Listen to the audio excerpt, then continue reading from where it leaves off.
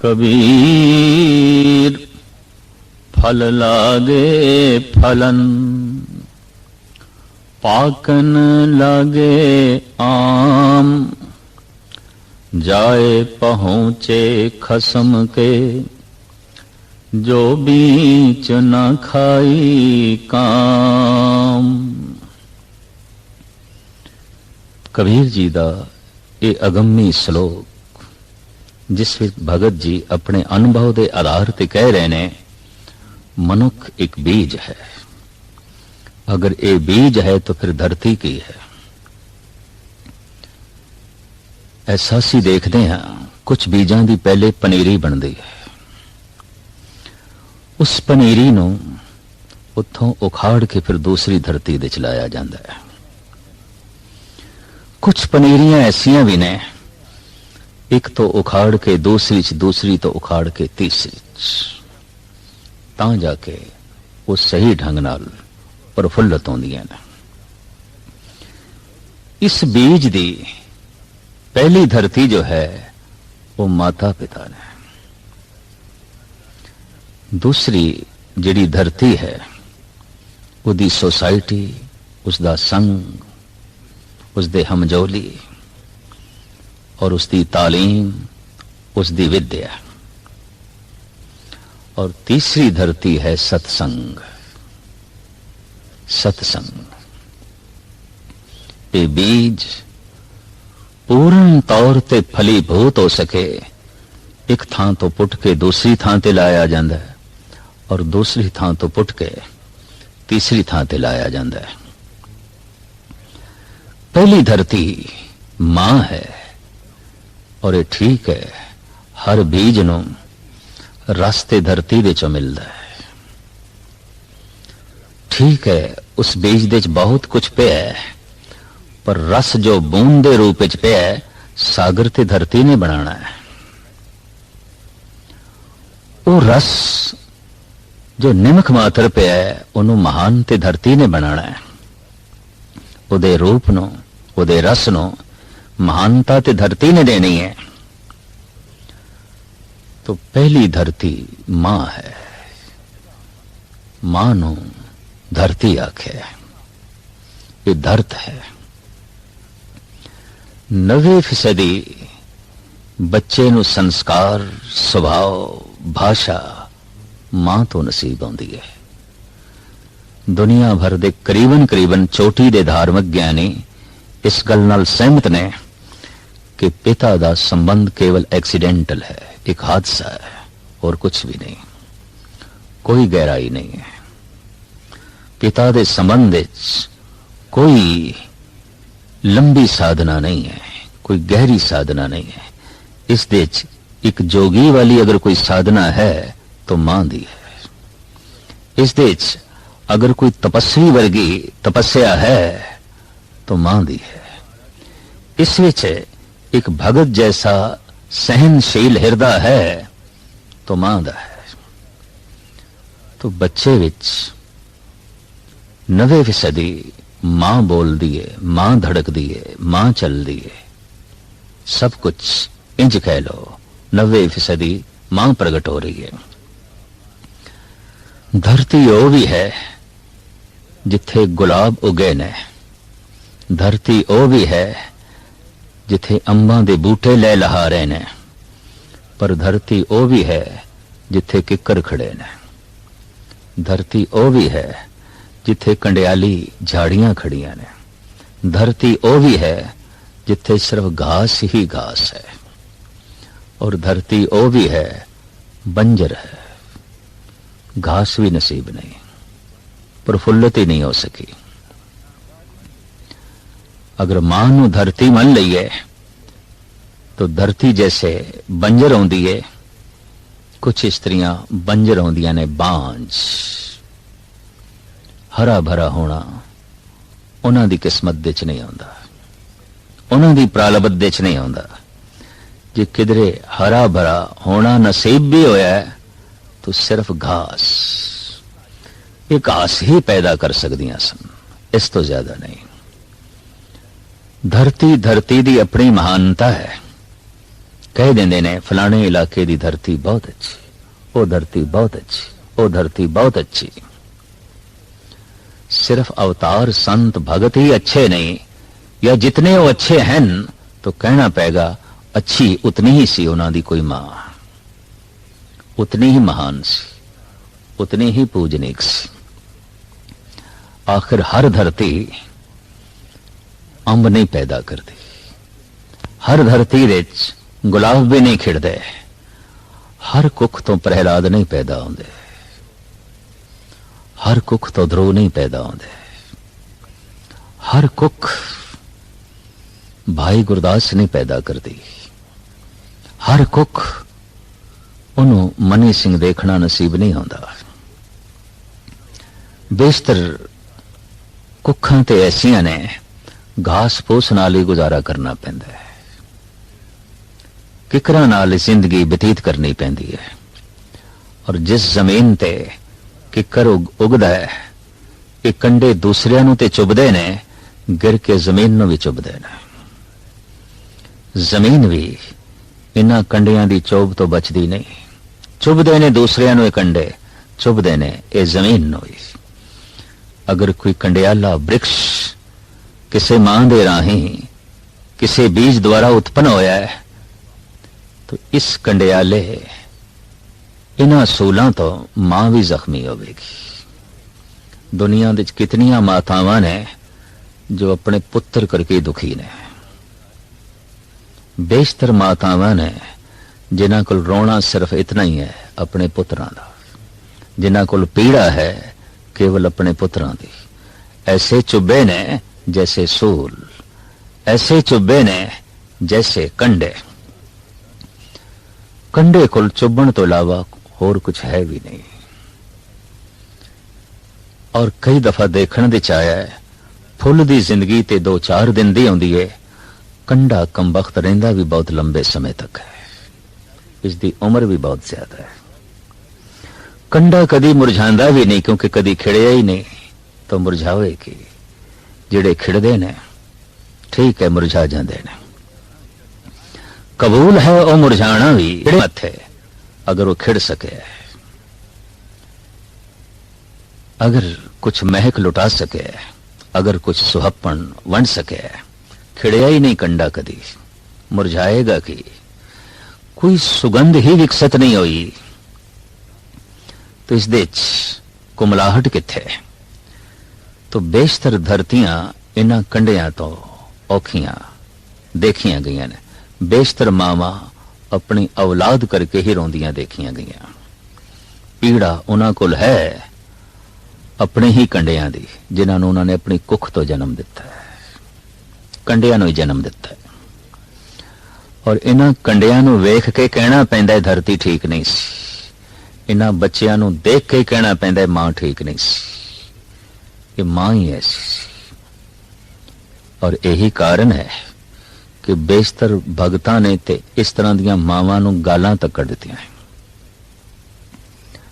दूर क्यों जाइए, बक्सर कबीर भी सगरे ने, जै कुल पूत न ज्ञान बिचारी, विधवा कसना भई मैं तारी। जिस मां ने पुत नूं जन्म दिता है, उसने कदी ज्ञान दी विचार ही नहीं की थी, अपने विचारां च कदी परमात्मा नूं लियाया ही नहीं। ऐसी औलाद नूं जन्म देण वाली ऐ मां, तू बेवा क्यों नहीं हो गई? तू सुहागन किस तरह बनी हुई है? तेनू खिड़न का मौका क्यों मिले? नहीं मिलना चाहिए सी।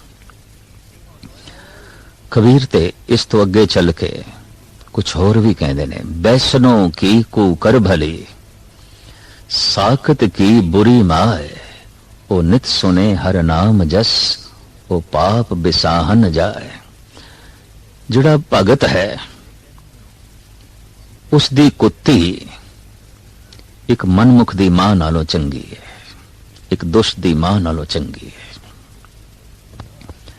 यानी कुत्ती को ही भेड़ा दर्जा दे रहे ने कबीर उस मां नूं जिसने एक मूड़ नो, एक मूर्ख नो, एक जालिम नो, एक जाबर नो जन्म दिता है। दोषी है ए मां। और इसे तरीके नाल असीं देखदे हां प्राचीन ग्रंथां दे विच वाक मिलदे ने, जननी जने तां भगत जन, कह दाता कह सूर। ऐ जननी, ऐ मां, तू अपने आप नूं ऐसा बना तेरी कुख तो कोई प्रहलाद पैदा होवे, कोई सूरबीर पैदा होवे, कोई तपीश्वर ज्ञानी ध्यानी पैदा होवे। इसका मतलब ये धरती ऐसा कर सकती है, ये धरती अपना सुधार कर सकती है, मां ऐसा कर सकती है। जननी जने ता भगत जन, कह दाता कह सूर, नहीं ता जननी बांझ रहे काहे गवावे नूर। जननी दी वासना दे नाल किधरे प्रार्थना जुड़ जाए, जननी दे शरीरक रस दे नाल किधरे अध्यात्मक रस जुड़ जाए, जननी दी शरीरक लोड़ किधरे अध्यात्मक लोड़ विच बदल जाए, इसकी कुख अमर हो जाएगी, क्योंकि किसी ऐसे अमर तत्व नूं जन्म देवेगी, किसी अमृत फुल नूं जन्म देवेगी। कबीर ते दुनिया दे होर विद्वानां दे नाल नाल धन गुरु रामदास जी महाराज भी ऐसी मां नूं बख्शण नूं तैयार नहीं जिसने दुष्ट नूं जन्म दिता है, जिसने अपने आप नूं सवारिया नहीं, उस सवरी हुई औलाद नहीं पैदा कर सकती, जिसने अपनी गोद नूं शिंगारिया नहीं, वो किसी महान आत्मा नूं जन्म नहीं दे सकती। तो धन गुरु रामदास जी महाराज फरमान करते ने, जिन हर हिरदे नाम न बस्यो, तिन मात की जे हर बांजा, तिन सुनी दे फिरे बिन नावे, ओए खप खप मोहे करांजा। ऐ जननी, तू बांझ रह जांदी ते चंगा सी, बंजर रह जांदी चंगा सी। इन्हां कंडियाले बूटियां दे पैदा करन नालों बेहतर सी तू कुछ भी ना पैदा कर सकदी, तू बांझ रह जांदी, तू बंजर रह जांदी। गुरु नानक दे चौथे स्वरूप धन गुरु रामदास जी महाराज दे ए वाक इस संबंध विच होर भगत भी बहुत कुछ कह रहे हैं, क्योंकि इस धरती नूं पहले पनीरी दा रूप धारण करना पैंदा है। माता धरत तो भाव ओ धरती जो मां है, ओ मां जो धरती है, ये बीज पनीरी बने हैं। अगां विद्या पढ़ाई तालीम, अगर ये भी गलत है, ये भी सही नहीं, ये धरती भी ठीक नहीं मिली। सिर्फ दुनियावी ज्ञान जिस नाल जिंदगी चले, जिंदगी बदले ना, इनू कहंदे ने व्यर्थ ज्ञान, सिर दा बोझ, सिर दा भार। उस्ताद ज़ौक़ कहंदे ने, इल्म के जहूल से बेहतर है जहूल का इल्म, ज्ञान दी मूर्खता नालों बेहतर है मूर्खता दा ज्ञान। इल्म के जहूल से बेहतर है जहूल का इल्म, मेरे दिल ने यही बसीरत दी है मेरी आंखों को, मेरे दिमाग ने मेरी अखां नूं यही दृष्टि दिती है। इल्म दी जहालत नालों बेहतर है जहालत दा इल्म, ज्ञान दी मूर्खता नालों बेहतर है मूर्खता दा ज्ञान। अक्सर मूर्खता दा ज्ञान ते किसे एक अध कोल होंदा है, ज्ञान दी मूर्खता दी पण ते बहुती चुकी फिरदे ने। और गुरु नानक ने भी ऐसा कह दिता है, पढ़िया मूर्ख आखिए जित लब लोभ अहंकार। इतने पढ़े होया भी मूड है, क्यों?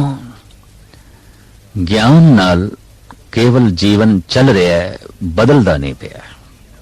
व्यर्थ ज्ञान, वो ज्ञान व्यर्थ है जिसनों अमल दे च नहीं लिया जा सकता, व्यर्थ है, वो ते बोझ है, वो ते भार है। तो बहुत सारे इस धरती तो भी जो कुछ उन्होंने होना सी नहीं हो सके, क्योंकि धरती ठीक नहीं सी। जो इल्म मिलिया, जो ज्ञान मिलिया, उस नाल भी जीवन बदल ना सकिया, तब्दील ना हो सकिया। तीसरी धरती है सत्संग। कई दफा ऐसा भी हो जाता है कि किसी स्त्री का श्रृंगार देवी जैसा है, पर देवी जैसे श्रृंगार विच छुपी हुई वेसवा है। अगर एक सवरी हुई सुहागण, एक सवरी हुई वेसवा दोवें सामने बैठिया ने तो करीबन करीबन श्रृंगार ते यकसां है। एक ओपरे बंदे नूं पहचान करनी औखी हो जाएगी। बिंदी दोहां दे मत्थियां ते, सिंदूर दोहां दे मांग दे च, सड़े केस दोहां दे ने, श्रृंगारिया होया बदन दोहां दा है। किस तरह फैसला करिए सुहागण कौन है और वेसवा कौन है? कई दफा सत्संग दा पहरावा ते होंदा है, लेकिन वो सत्संग सत्संग नहीं होंदा। बाजार होंदा है, कारोबार होंदा है, या इस तो इलावा फोकी अज्ञानता ते अहंकार तो इलावा और कुछ भी नहीं होंदा। सत्संग की है? गुरबाणी फैसला कर दी है, सतसंगत कैसी जानिए जिथे एको नाम वखाणिए। जिथे केवल परमात्मा की चर्चा होवे, जिथे केवल परमात्मा की प्यास होवे, जिथे केवल परमात्मा की उमंग ते तरंग होवे ते उसे दी चर्चा होवे, उसे नू सुनना होवे, उसे नू सुनाना होवे, बस यही सत्संग है। और ये किधरे भी हो सकता है। हर वो जगह सत्संग है जिथे सच सुनिया जाए, सच सुनाया जाए। हर वो जगह सत्संग है जिथे सत नू सुनाण दी तड़प होवे, सत नू सुनन दी प्यास होवे। वो सत्संग है। सतसंगत कैसी जानिए जिथे एको नाम बखाणिए। ये बूटा, ये बीज अपनी मंजिले मकसूद तक तां पहुंच सकता है इनू ये तीन ही धरतियां ठीक मिलन। प्रथम मां, दूसरी विद्या, तीसरा सत्संग। ये तीन ही ठीक मिलन।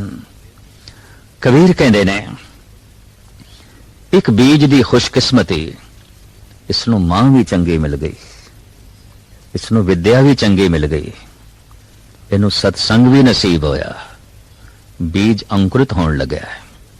कबीर फल लागे फलन, बूटे नू फल लगन लग पे ने। ये बूटा वृक्ष बन गया और तशबीह दी है अंब नाल। साडे देश दे इस फल नू फलों दा राजा कहते हैं। भाई गुरदास जी कहते हैं, जैसे अमृत फल मिष्ट गुनाद स्वाद बीज करवाई के बुराई ना संवारिए। यदि कौड़ी गुठलू वेख के, सख्त गुठलू वेख के किधरे ऐसा ना समझना कि यदि सख्ती ही सख्ती है। बड़ा गुण है, बड़ा रस है, बड़ी मिठास है और एक तरीके की बहुत बड़ी औषधि है। तो अंब दा फल फलना दा राजा है। मनुखता दा जो बीज है, इस दे जो प्रभु दा नाम रस महारस जो पैदा हो सकता है, उन्होंने अंब नाल तशबीह देंदे ने कबीर। अंबा नू बोर लगी है, खुश होया है माली, बहुत बोर लगी, बहुत बोर लगी, अदकी बहुत अंब लगणगे, बड़ा रस मिलेगा, बड़ा स्वाद।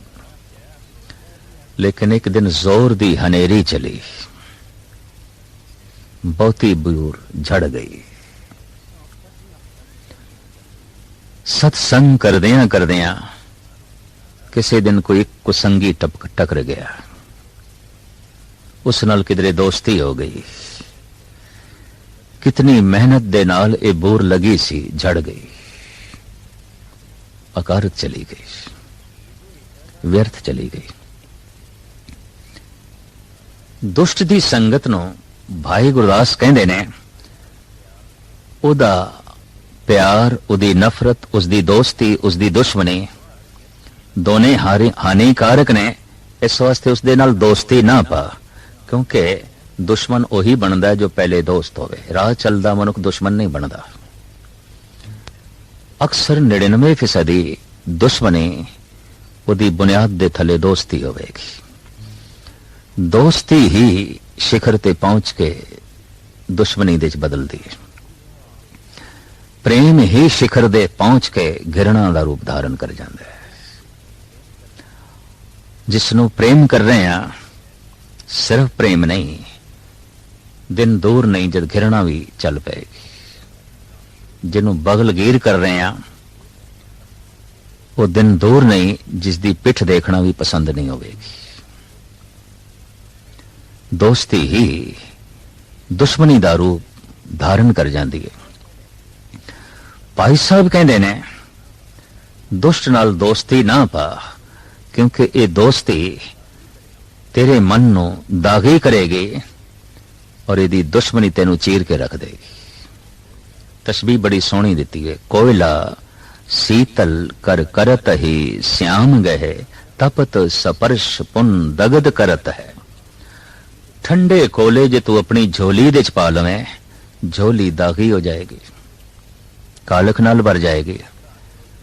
पर जे तपे होए कोलियां नू, अंगारियां नू तो हथ दे च ले लिया तो हथ जल जाणगे। दुष्ट दी दोस्ती ऐसी है जैसे ठंडे कोलियां नू तू अपनी झोली च पा ले, और उसकी दुश्मनी ऐसी है जैसे बखदे हुए अंगारे तेरे हाथ दे च आ गए।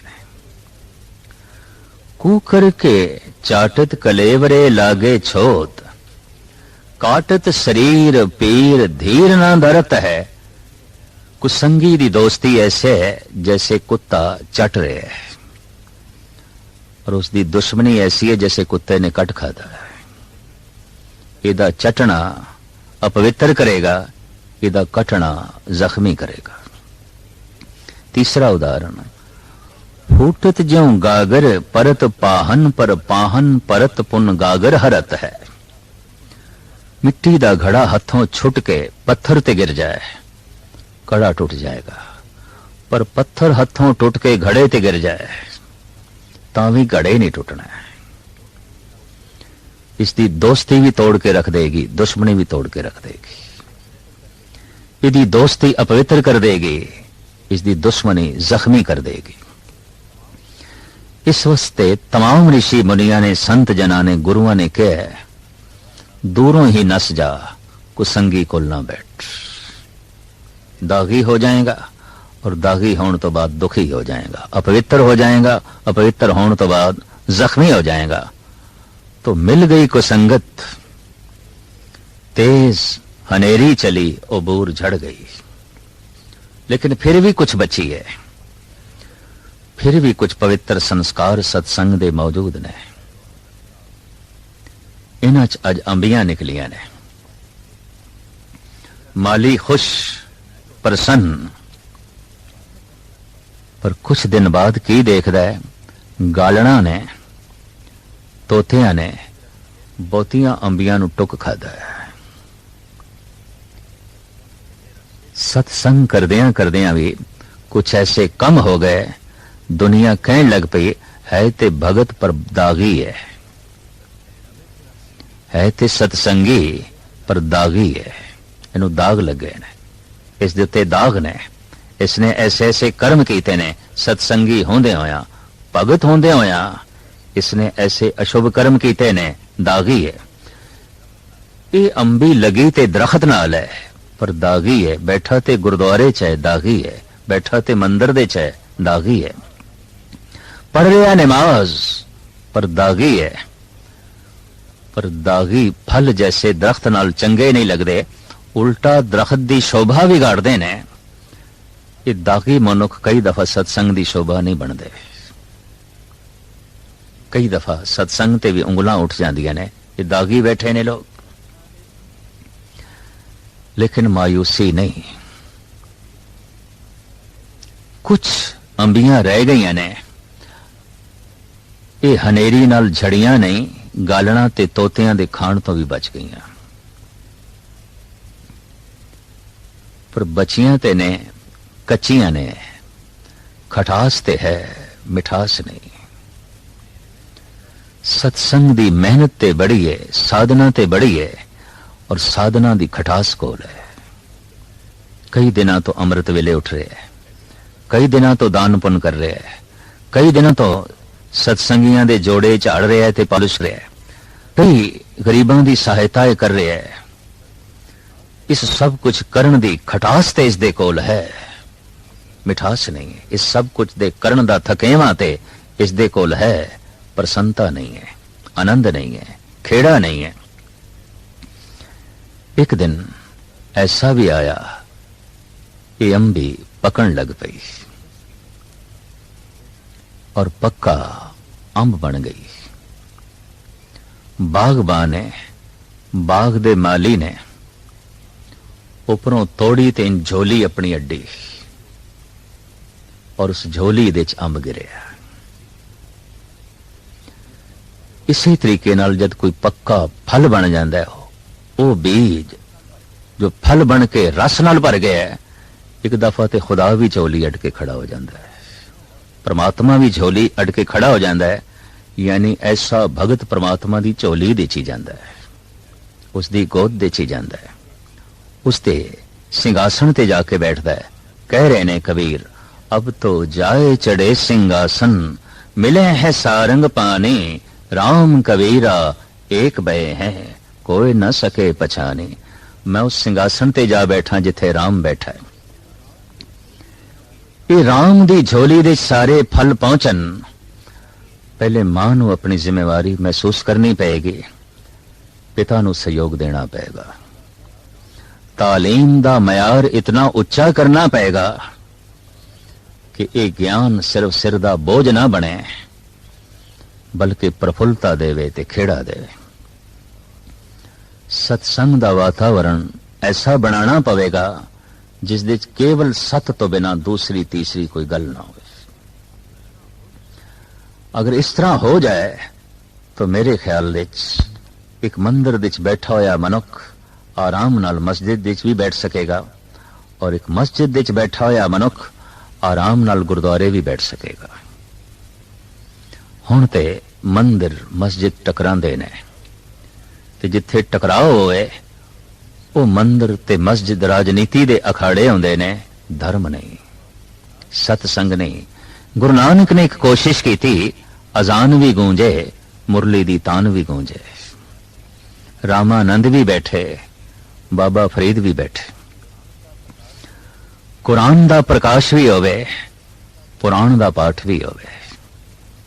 मस्जिदां दे गुंबदां दे भी कलश लगन, मंदिरां दे गुंबद भी सुहाने होवन। एक कोशिश उन्होंने की थी, इनू पाया तकमील तक ले जाना सारी मानवता दा फर्ज है, ताकि हर मनुख दे बीज दे चों परमात्मा रूपी फल पैदा हो सके, हर बीज रस नाल भर सके, आनंद नाल भर सके, खेड़े नाल भर सके। यही विचार इस श्लोक दे भगत कबीर जी ने दिते ने। कबीर फल लागे फलन, पाकन लागे आम, जाए पहुंचे खसम के, जो बीच ना खाई काम।